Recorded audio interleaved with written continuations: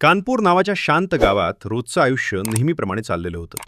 उन्हाळ्याची ऊब, दुपारच्या वेळी झाडाखाली बसलेले म्हातारे, रस्त्यावर खेळणारी मुलं, शाळेच्या घंटेसोबत धावत जाणारे विद्यार्थी आणि गावाच्या मध्यभागी असलेल्या एका साध्या पण मनाला उबदार वाटणाऱ्या घरात 24 वर्षांची पूजा आणि तिची 7 वर्षांची मुलगी आरोही आपल्या रोजच्या जीवनात रमल्या होत्या.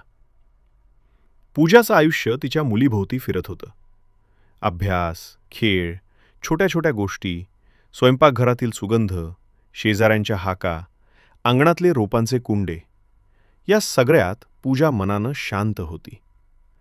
तिचं घरही स्वच्छ, नीटनेटके, भिंतींवर तिच्या हाताने रंगवलेल्या फुलांच्या आकृत्या, आरोहीने काढलेल्या चित्रांचे तुकडे, तिच्या मुलीच्या जन्मापासूनचे फोटो, सगळीकडे एक वेगळीच सुसंस्कृतता दिसत होती. गावात त्या दिवशी खास काही नव्हतं. ना सण, ना कार्यक्रम, ना उत्सव. सगळं अगदी साध्या जीवनासारखं. पण त्या साधेपणाच्या आड काहीतरी अस्वस्थ करणारी नव्या घटनांची बीजे दडलेली होती आणि कुणालाच त्याची कल्पना नव्हती. घराच्या मागच्या बाजूला एक जुना दगडी गोदाम होता. कधी काळी तिथे धान्य ठेवायचं, जनावरांसाठी चारा ठेवायचा. पण आता त्या ठिकाणाचा वापर कुणी करत नव्हतं, कारण तिथे अंधार, शांतता आणि काहीशी ओसाडपणा होता. गावात लोक म्हणत असत की तिथून क्वचित प्राणी जाताना दिसतात. पण पूजा या गोष्टींना फारसं महत्त्व देत नसे. तिला वाटायचं, आपल्या घरात कधी येणारे असे प्राणी? पूजाची मुलगी आरोही खूप हसरी, निरागस, गोड मुलगी होती. आईभोवती फिरत राहणारी, कधी बाहुल्या खेळणारी, कधी अभ्यासात रमणारी, तर कधी आईशी हजारो प्रश्न विचारणारी. त्या दिवसाची सकाळही इतर दिवसांप्रमाणेच गेली. पूजाने स्वयंपाक केला, घर लावलं, आरोहीने गृहपाठ केला. मग दोघींनी एकत्र दुपारचं जेवण केलं आणि नंतर आरोही थोडी दमली म्हणून आईच्या मांडीवर पडून डुलकी घेऊ लागली. त्यावेळी पूजा तिला हळुवारपणे अंथरुणावर घेत होती, चादर नीट करत होती आणि मुलीकडे प्रेमाने पाहत होती. आरोही झोपली की पूजा शांतपणे आपलं काम करत असे. कपडे घडीने ठेवणं, स्वयंपाकघर आवरणं, पाण्याचा घडा भरून ठेवणं, हे सगळं ती करत होती आणि त्या सगळ्यात तिला आयुष्याबद्दल कृतज्ञता वाटत होती. पण त्या दिवसाच्या दुपारी घराच्या मागच्या भिंतीच्या एका छोट्या फटीतून नकळत, शांतपणे, कोणालाही न जाणवता एक साप आत सरकला. त्याला कोणत्याही प्रकारचा आक्रमक हेतू नव्हता. तो उष्णतेपासून सुटका मिळवण्यासाठी आणि शांत, स्थिर जागा शोधण्यासाठी भटकत होता. आणि योगायोगाने पूजाच्या घरातील शांततेमुळे त्याला ती जागा सुरक्षित वाटली. तो साप शांतपणे पुढे सरकत गेला, जमिनीवरून घसरत अंथरुणाखालील थंड जागेत शिरला आणि तिथे गुंडाळून बसला.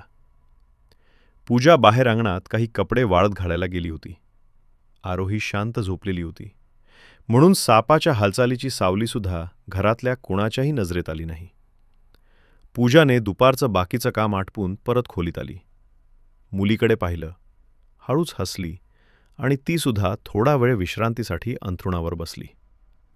तिचा हात अनवधानाने अंथरुणाच्या कोपऱ्यात गेला, जिथे साप शांत बसलेला होता, आणि त्या अनोख्या स्पर्शाने सापाला दचकायला झालं. पण अजून काही घडलं नव्हतं, कारण पूजाला काही कळलं नाही आणि ती पुन्हा उठून दुसऱ्या कामाला गेली. संध्याकाळ जवळ आली. आरोही जागी झाली. दोघींनी एकत्र चहा घेतला, थोडा वेळ खेळल्या आणि नंतर पूजा रात्रीच्या जेवणाची तयारी करू लागली. आरोही तिला मदत करत होती, आईच्या मागे मागे फिरत होती, काही वेळा हसत होती, काही वेळा बोलत होती. घरात त्या 2 जीवांचा आनंद आणि प्रेम दिसत होतं. रात्री दोघींनी एकत्र जेवल्या. पूजा मुलीला झोपवायला घेऊन गेली. तिचं अंग चोळून दिलं, तिला अंगाई गीत म्हणाली आणि आरोही आईच्या कुशीत पुन्हा झोपली. पूजा अंथरुणावर बसली. खोलीतील छोटी दिवटी लावत होती आणि त्या शांत, निरागस वातावरणात एक निरागसता होती. जणू काही जीवन अगदी परिपूर्ण आहे. पण परिपूर्ण दिसणारं आयुष्य किती नाजूक असतं ते कोणालाही कळत नाही. पूजा अंथरुणावर चादर पसरवताना तिला परत एकदा अंथरुणाजवळ काहीतरी थंड जाणवलं. पण तिने ते फक्त चादरीचा एखादा मोड असेल असं समजून चादर तशीच सुधारली. साप अजूनही शांत राहून गुंडाळून बसलेला होता आणि पूजा झोपायला गेल्यावर तिच्या हाताने पुन्हा त्या भागाला स्पर्श झाला. यावेळेस सापाने स्वतःला धोक्यात असल्यासारखं समजलं. सारेच घडलेलं क्षणभरात, कुणालाही समजण्याआधी खोली पूर्ण शांत झाली. दिवटीचा प्रकाश थोडा हलला आणि काही क्षणात खोलीत पुन्हा स्थिरता आली. इतकी शांतता की जणू कोणतीही घटना घडलीच नाही. रात्रीची वेळ गेली. घर शांत, बाहेर रात्रकाळी आणि आत कुणालाही कशाचं भान राहिलं नाही. सकाळ झाली. सूर्यकिरणं हलकेच घरात पडू लागली. अंगणात कोंबड्यांचा आवाज, शेजारच्या घरातल्या बाईचा आवाज, "पूजा, दरवाजा उघड."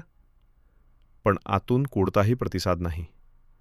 ती बाई पुन्हा आवाज देते, पुन्हा दार ठोठावते. शांतता. तिने दार थोडं ढकललं आणि दार सरकलं. खोलीत शिरताच तिच्या पायाखालची जमीन सरकली. अंथरुणाजवळ साप अजूनही बसलेला, शांत, अजूनही बाहेर पडायला मार्ग शोधत. तिने अक्षरशः किंकाळी फोडली. संपूर्ण गावात धावपळ सुरू झाली. लोक घरात आले, डॉक्टर आले आणि परिस्थिती स्पष्ट झाली. हा कोणत्याही हेतुपुरस्सर केलेला प्रकार नव्हता. हा फक्त एक अपघात होता. निसर्गाचा अप्रत्याशित क्षण, ज्यात कुणाचाही दोष नव्हता. गावात हळहळ, वेदना, दुःखाचे सावट पसरले. पूजाचा नवरा शहरातून धावत आला. तो दृश्य पाहून कोसळला. गावकऱ्यांनी त्याला सांभाळलं. त्या दिवसानंतर संपूर्ण गाव बदललं. प्रत्येक घरात फटी बंद केल्या गेल्या. प्रत्येकाने सुरक्षा वाढवली. जुन्या गोदामाचं पाडकाम करण्यात आलं. त्या जागी सुरक्षा भिंती उभ्या केल्या. पूजाच्या आणि आरोहीच्या स्मरणार्थ गावकऱ्यांनी एक छोटं स्मारक उभारलं, जिथे रोज सकाळी दिवा लावला जातो. गावात आजही ही घटना मुलांना, मोठ्यांना, सगळ्यांना शिकवते की जग सुंदर आहे, पण त्यातल्या छोट्या चुका आणि नकळत घडणाऱ्या घटनांनी जीवनाचं मोल किती नाजूक आहे हे दाखवून जातं. आणि म्हणूनच आजही गावात जेव्हा कोणी अंथरूण लावतो तेव्हा ते म्हणतात, सुरक्षित रहा, कारण निसर्ग कधीही काहीही करू शकतो. जर तुम्ही चॅनलवर नवीन असाल तर नक्कीच लाईक, शेअर आणि सबस्क्राईब करायला विसरू नका. धन्यवाद.